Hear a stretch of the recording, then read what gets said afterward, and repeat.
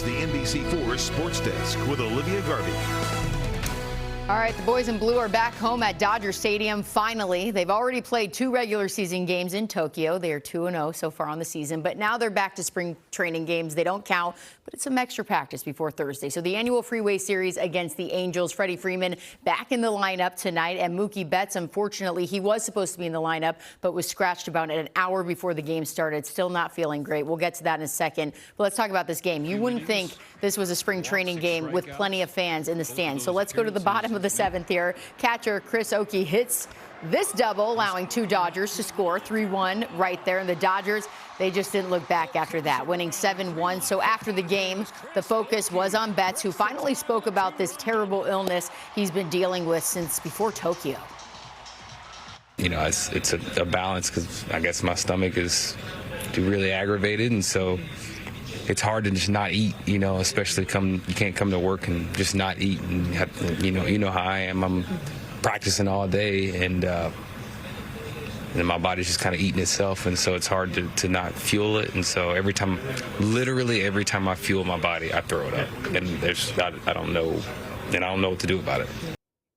Oh, that's awful. Betts said he went into spring training weighing 175, and now he weighs 150. We wish him a very speedy recovery. So game 2 of the Freeway Series is at 6:07 tomorrow in Anaheim. I will be out there. Live shots pre-game. All right, the Clippers taking on a dominant Oklahoma City Thunder team. We jump to the final 25 seconds of this one. The Clips down by 1. Norman Powell missing a go-ahead 3, but Zubac gets the rebound, and who else but the Claw? James Harden's like, where's my guy? Kawhi Leonard right there trying to take the lead, and he's unable to get it into the basket. Yeah, he misses right here. OKC getting the win, 103-101. Clips back in action on Wednesday in New York, taking on the Knicks.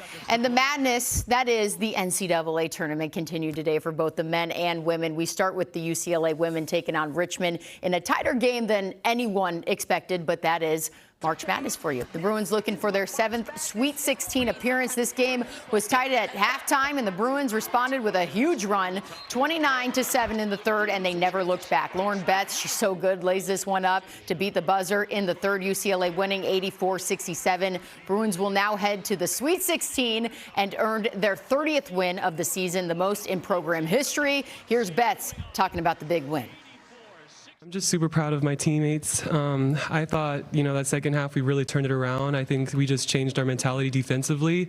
We wanted to get stops, and we over-communicated, and we had each other's back, and we played as a unit, and that's what's most important. And I think everybody individually just stepped up and did what they need to do. And I think if we just continue to do that, we're going to be in a really good position. But I'm just really proud of everybody today.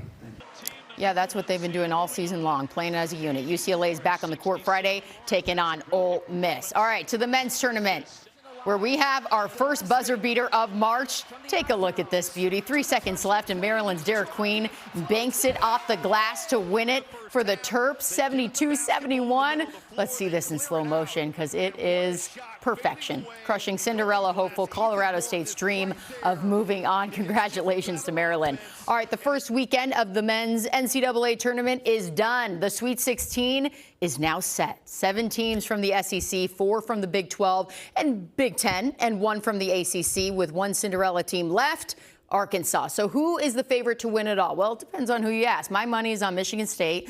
My dad went there. I want to be the favorite child, so go green.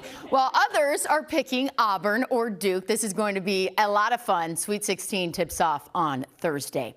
All right, now to soccer, where Mexico opened the scoring against Panama in the 7th minute of the CONCACAF. Did I get that, Jonathan? Yes, Nations League final in the second half. Panama ties it after getting a penalty 1-1. Mexico retakes the lead after getting their own penalty, and it was Raul Jimenez scoring his second goal of the game. Mexico wins it 2-1.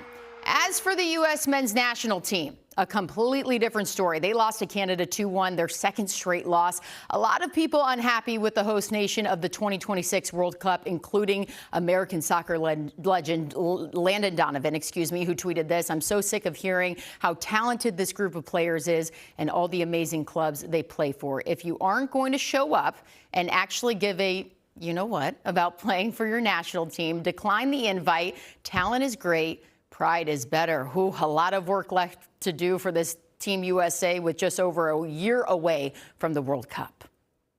And the Anaheim and release. Take your freaking shot, man. It gets me right there. So go out and play as hard as you can, as fast as you can, as long as you can. Keep your wits about you, and don't worry. Win on 3. 1, 2, 3. Win. Okay. I love this man so much. The Anaheim Ducks brought in a special guest to get the team fired up. Chargers head coach Jim Harbaugh. Who better, right? Harbaugh gave the team a pregame speech in the locker room before puck drop at the Honda Center. He said it was an honor, and this is the kind of stuff he lives for, and he's not kidding. He lives for this. Unfortunately, the Ducks fell to the Hurricanes 5-2. This was the NBC4 Sports Desk with Olivia Garvey.